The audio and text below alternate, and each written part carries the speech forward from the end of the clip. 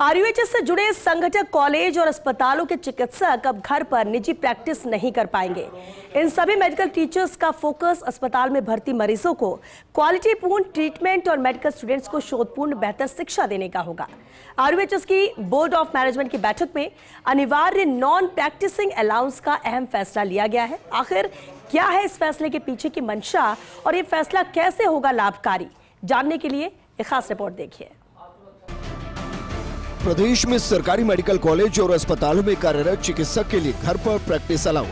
इसी का परिणाम है कि हम कई बार देखते हैं कि सरकारी अस्पतालों की ओपीडी में अधिकांश बड़े चिकित्सक नदारद मिलते हैं, जबकि शाम को घर पर निजी प्रैक्टिस के दौरान वही चिकित्सक मरीजों से घिरे नजर आते। इस तरह की मनमानी को रोकने के लिए कई बार मांग उठ चुकी है कि सरकारी चिकित्सकों की घर पर निजी प्रैक्टिस बंद होनी चाहिए।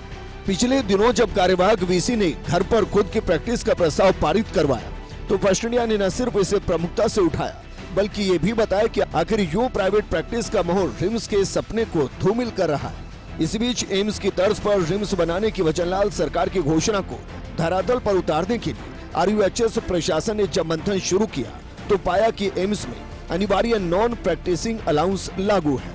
इसके पीछे की मंशा ये होती है कि जो भी चिकित्सक इंस्टीट्यूट में काम करे वो सिर्फ उसी काम पर फोकस करे, फिर चाहे मरीजों का ट्रीटमेंट हो या चिकित्सीय क्षेत्र के शोध। इसी बात को ध्यान में रखते हुए आरयूएचएस से जुड़े रिम्स, आरयूएचएस अस्पताल, जयपुर अस्पताल और डेंटल अस्पताल में अनिवार्य रूप से एनपीए लागू करने का ऐतिहासिक फैसला लिया गया। ये नियम पुरानी फैकल्टी के साथ ही नई भर्तियों में भी लागू होंगे।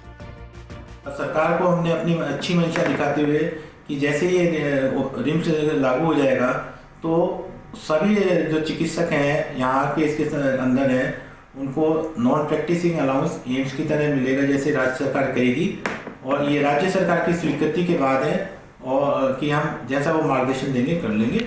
आपको बता दें कि विश्वविद्यालय में जल्द चिकित्सक समेत अन्य भर्तियों का पिटारा खुलेगा।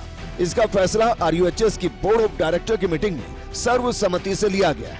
इन भर्तियों में सहायक आचार्य, ब्रांड स्पेशलिटी के 69, एपी सुपर स्पेशलिटी के 9, अशैक्षणिक श्रेणी के 441 पदों में से जिनकी भर्ती विश्वविद्यालय के स्तर पर होगी उन सभी पदों के लिए 12 दिसंबर तक आवेदन मांगे जाने का फैसला हुआ। वहीं आरयूएचएस की बॉम्ब बैठक में विशेष आमंत्रित सदस्य प्रिंसिपल होंगे। हाल ही में हुई बैठक में चिकित्सा शिक्षा सचिव अमरीश कुमार ने बॉम्ब बैठक में संगठक कॉलेजों के प्रिंसिपल को नहीं बुलाए जाने पर सवाल उठाए। बैठक में जब पदाधिकारियों ने नियमों का हवाला दिया तो अमरीश कुमार ने निर्देश दिए कि बैठक में विशेष आमंत्रित सदस्य के रूप में प्रिंसिपल को बुलाया जाए ताकि संगठक कॉलेजों से जुड़े महत्वपूर्ण निर्णयों में सभी की सहभागिता तय हो पाए। प्रदेश में पहली बार किसी सरकारी इंस्टीट्यूट में अनिवार्य एनपीए लागू किया जा रहा है। हालांकि अनिवार्य एनपीए की राशि को लेकर आरयूएचएस प्रशासन ने वित्त विभाग के पाले में गेंद डाली।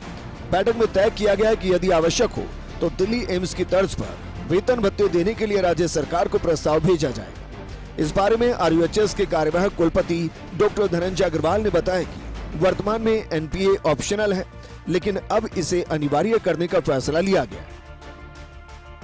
अभी भी एनपीए इसके अटैच और कॉलेजेस में है कि जो ऑप्शनल है राइट नाउ कि जो लेना चाहता है उसका व्यक्ति बाहर मेडिकल कॉलेज बीएड करता है और यूनिवर्सिटी बीएड करती है तो उसका दायरा जो अभी ऑप्शनल है उसको मैंडेटरी करने का है, और ये सारी स्वीकृति सरकार के बाद आएगी।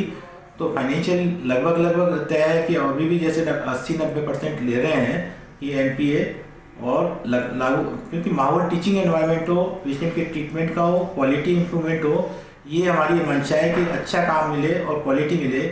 राजस्थान स्वास्थ्य विज्ञान विश्वविद्यालय के अधीन संचालित कॉलेज और अस्पतालों के डॉक्टर अब घर पर मरीज नहीं देख पाएंगे।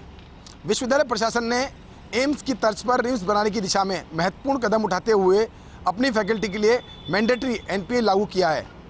मौजूदा फैकल्टी के साथ ही भविष्य में भर्ती होने वाली फैकल्टी पर भी मैंडेटरी एनपीए लागू होगा, जिसका असर जल्द ही अस्पतालों में देखने को मिलेगा। कैमरा पर्सन गिरीश के साथ Vikas Sharma, First India News, Jaipur.